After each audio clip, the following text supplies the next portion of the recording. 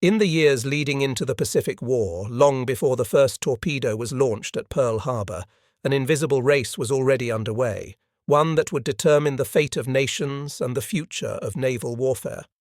It was not fought by admirals on the open ocean, but by welders, riveters, engineers, and shipwrights labouring thousands of miles behind the front lines. Japan stunned the world when it revealed a strike force of 6 aircraft carriers, a fleet so modern, so fast, and so lethal that the US Navy had no answer for it in 1941.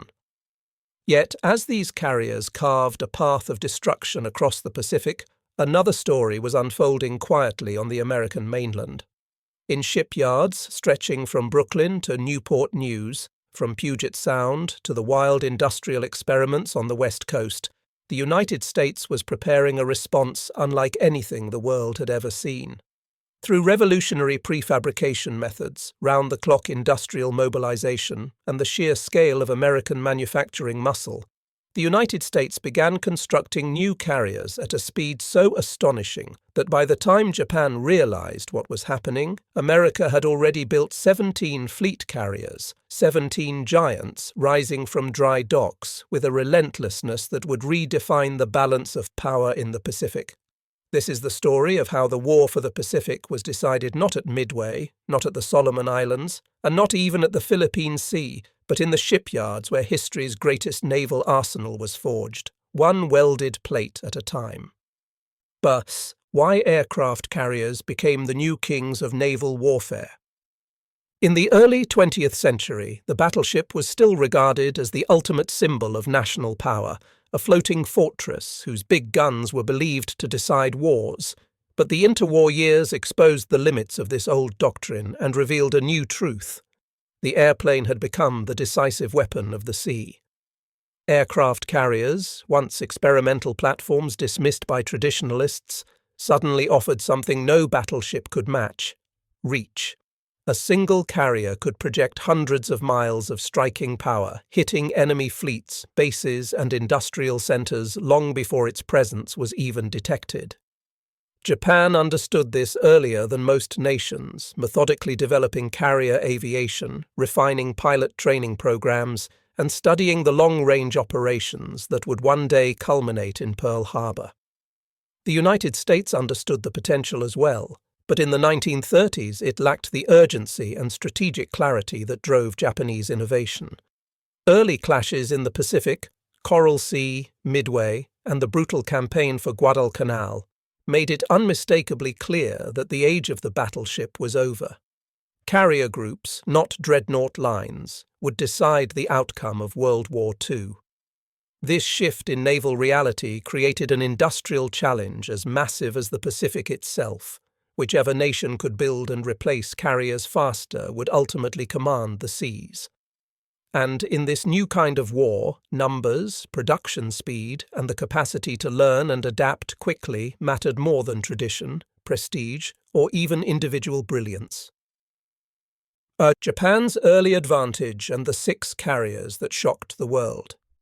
Long before the Pacific erupted into total war, Japan had already crafted the most formidable carrier strike force the world had ever seen, a concentrated fist of naval aviation known as the Kido Butai. Built around 6 frontline carriers, Akagi, Kaga, Soryu, Hiryu, Shokaku, and Zuikaku, this fleet represented not only hardware, but decades of strategic planning, pilot training, and naval doctrine that rivaled and, in many ways, surpassed anything the United States possessed in 1941. Japan's naval architects had pushed their shipyards to deliver carriers that were fast, modern, and capable of launching large numbers of aircraft in coordinated waves, while the Imperial Navy forged an elite cadre of aviators through training programs so rigorous that only a small fraction of candidates ever made it to the flight deck. When these 6 carriers sailed toward Hawaii in late 1941, they showcased the astonishing success of Japan's early industrial and tactical investment. Pearl Harbor was not simply a surprise attack. It was the dramatic unveiling of Japan's mastery of carrier warfare. The moment when 6 Japanese carriers operated with such efficiency and coordination that the world suddenly realized just how far ahead Japan truly was. But the same strengths that made the Kido Butai so deadly also concealed a strategic vulnerability. Japan had built an elite force, not a replaceable one. Its shipyards were capable but limited. Its training pipeline produced experts, not quantities, and its industrial capacity had already been stretched thin just to field those 6 carriers. As Japan moved from offense to attrition, the question would become not how well its carriers fought, but whether it could build new ones fast enough to survive the war it had started. How the United States lost its carriers and learned the most important lesson. In the opening months of the Pacific War, the United States found itself in a position so precarious that the future of its naval power seemed to hang by a thread as carrier after carrier was damaged, lost, or forced into desperate action. The sinking of Lexington at the Battle of the Coral Sea in May 1942 delivered a sobering blow, removing one of the Navy's most experienced carriers just when it was needed most. Weeks later, at Midway, victory came at a staggering cost. While the US crippled Japan's carrier strike force, the Yorktown, already battered from previous battles, was struck again and ultimately lost, sending another irreplaceable ship to the bottom. Enterprise and Hornet, the only surviving American fleet carriers in the Pacific, were fought so hard during the Solomon Islands campaign that crews lived with the constant fear that a single torpedo or bomb could eliminate the last major carriers the US had afloat. These losses exposed a painful truth. The United States, despite its industrial strength, entered the war with far too few carriers to wage a prolonged Pacific campaign. But they also sparked a revelation inside the Navy and the US government, a recognition that the war would not be won by outmaneuvering Japan's elite pilots or by clinging to the battered remnants of pre-war fleets, but by building a new navy from the keel up. America needed carriers, not in ones or twos, but in dozens, and the only way to achieve that was to unleash the full might of American industry, rethink how ships were built, and mobilize a workforce capable of sustaining a level of production the world had never seen. It was in these dark months, when the US seemed one carrier loss away from collapse, that the nation learned its most important lesson. The war for the Pacific would be decided not at sea, but in the shipyards, preparing to reshape history. The birth of the Essex-class and America's industrial awakening. As the United States confronted the brutal reality that its pre-war carrier fleet could not sustain the pace of the Pacific conflict, American naval planners and shipbuilders turned to a design already on the drawing board, one that would become the backbone of a completely rebuilt navy, the Essex-class fleet carrier. Conceived before Pearl Harbor but refined in the crucible of early defeat, the Essex-class represented a decisive break from the smaller, more fragile pre-war carriers.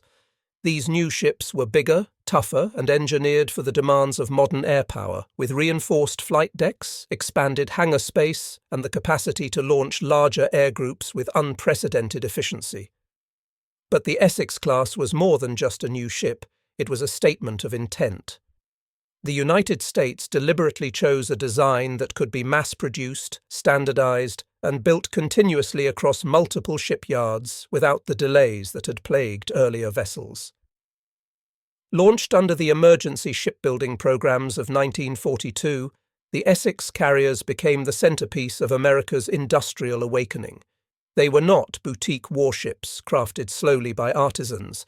They were industrial products designed for the assembly line, enabling the US to commit to a construction schedule so aggressive it bordered on the unbelievable.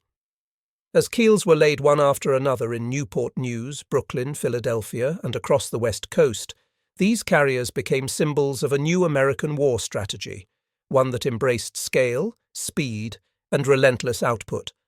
In the Essex-class, America found not only a technological answer to Japan's early edge, but a blueprint for victory built on repetition, efficiency, and the full mobilization of a nation determined to win the Pacific by forging a navy faster than the enemy could sink it.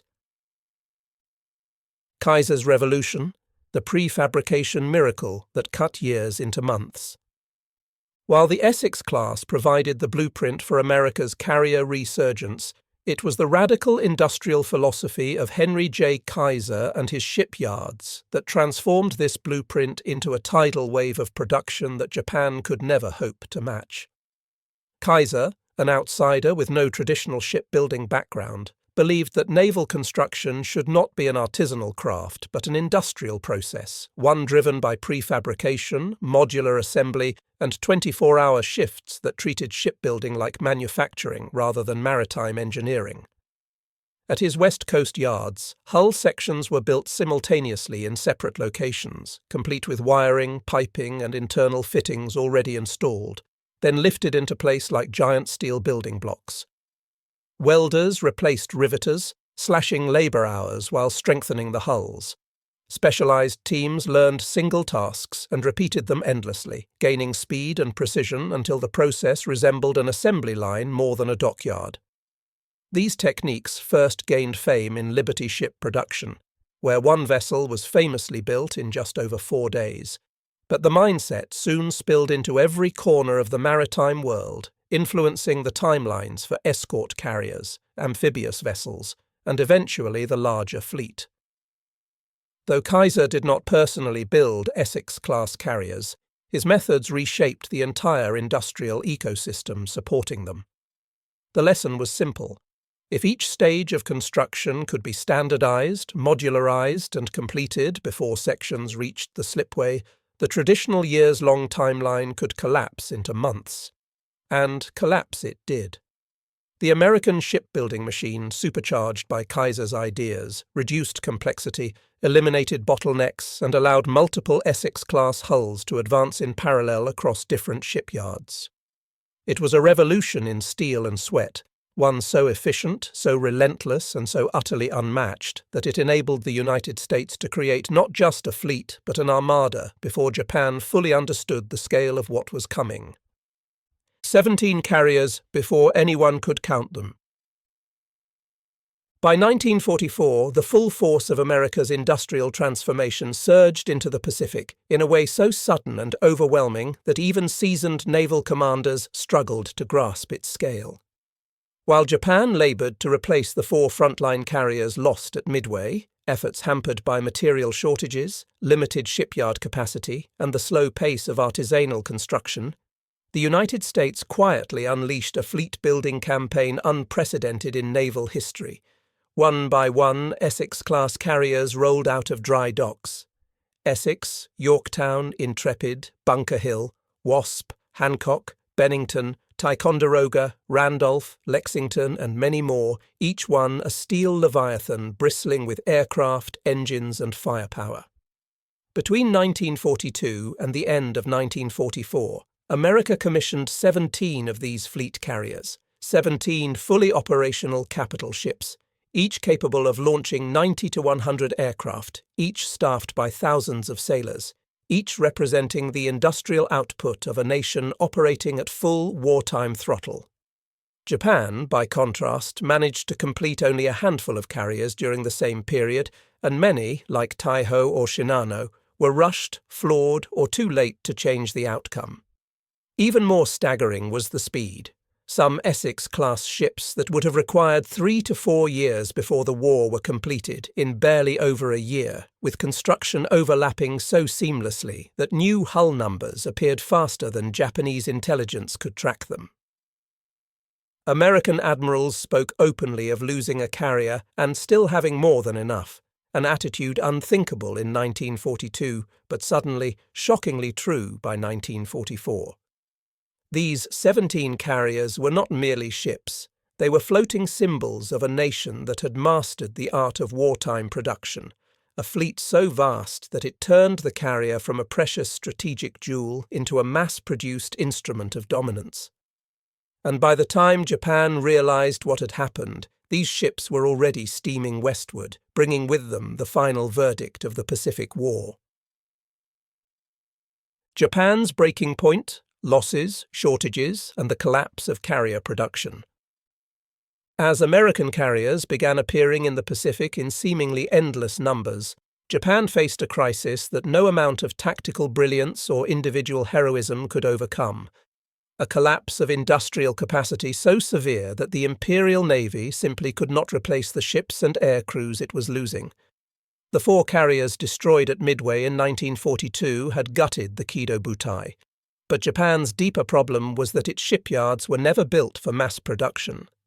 They were designed for precision craftsmanship, not industrial warfare. Each carrier required highly skilled labourers, scarce raw materials, and months of intricate construction that wartime disruptions made nearly impossible to sustain. Steel production plummeted as American submarines strangled supply lines, and aviation fuel grew so scarce that training flights were drastically reduced, creating a deadly spiral in which Japan not only lacked new carriers, but lacked the trained pilots to fly from them. New ships like Taiho arrived too late and, despite their impressive designs, were plagued by rushed construction and limited testing. Others, like Shinano, were so desperately accelerated that they entered service unready and were sunk before firing a shot. By 1944, Japan's once elite naval air arm had deteriorated into a patchwork of inexperienced pilots, emergency-built aircraft, and half-finished carriers trapped in shipyards hammered by American bombing. The Imperial Navy, which had begun the war with the world's most sophisticated carrier strike force, now found itself unable to replace what it had lost, unable to train what it needed, and unable to match the ceaseless output of American factories. Japan had not simply been outfought, it had been outbuilt, and as the carriers of the Essex fleet advanced across the Pacific, Japan's industrial breaking point became the moment when victory slipped forever out of reach.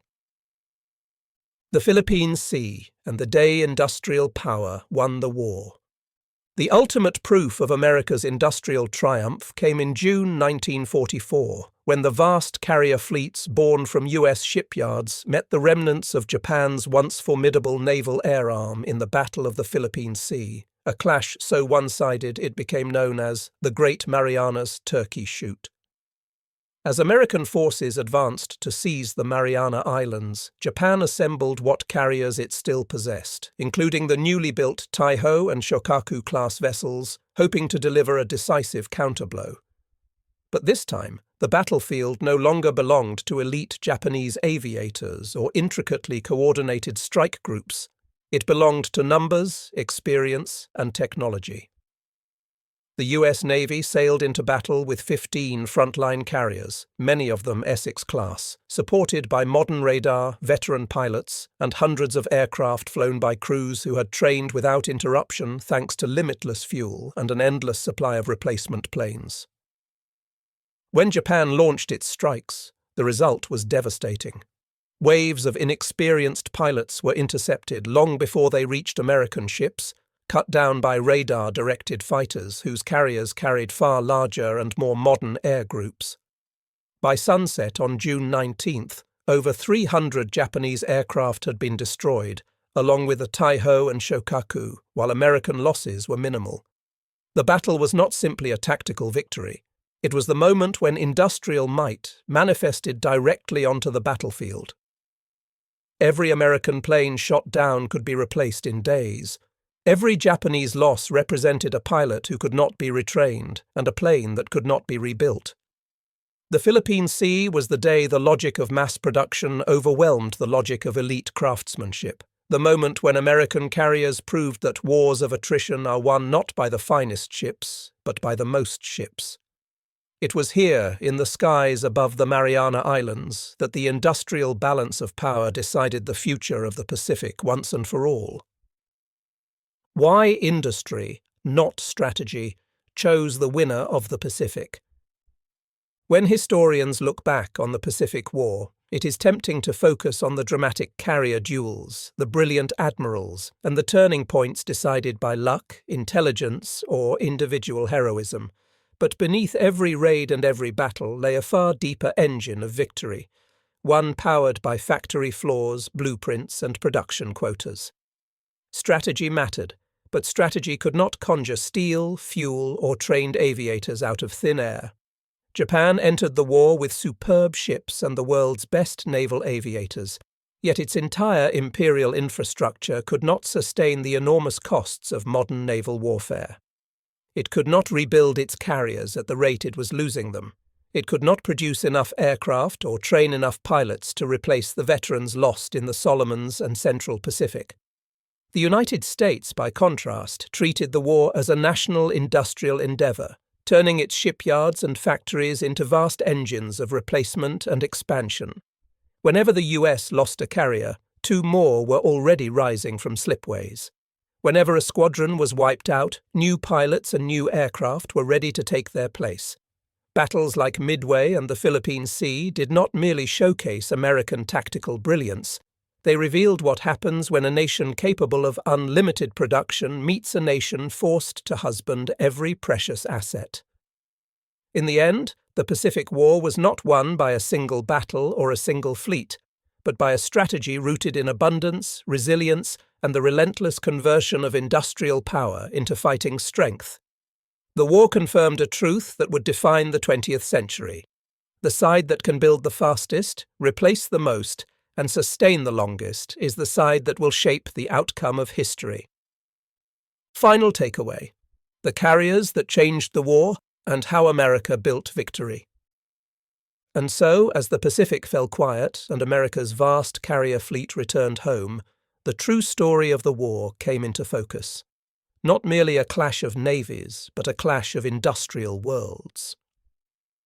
Japan had launched 6 carriers fast, crafting a strike force that stunned the planet, but the United States answered with something far more decisive. 17 Essex-class carriers built with such speed, such repetition, and such unstoppable momentum that no enemy could hope to keep pace. The shipyards of America, not the battle lines of the Pacific, decided the fate of nations. Every welded plate, every prefabricated section, every round-the-clock shift contributed to a naval revolution that overwhelmed Japan's ability to fight, to recover, and ultimately to survive. And as we look back on the vast ocean battles and the heroes who fought them, we also honour the millions of unseen workers who forged the war's outcome with sparks, steel, and unbroken determination. Their legacy endures in the lesson the Pacific teaches us still, that victory belongs not only to those who fight on the front lines, but to those who build the power behind them. In the end, America didn't just outmaneuver Japan, it outbuilt it, and the carriers that rose from those shipyards became the steel backbone of a new world order, completing the story exactly where it began. In a race for carriers that would decide the Pacific, and in the nation whose industrial might allowed it to win that race before anyone even noticed.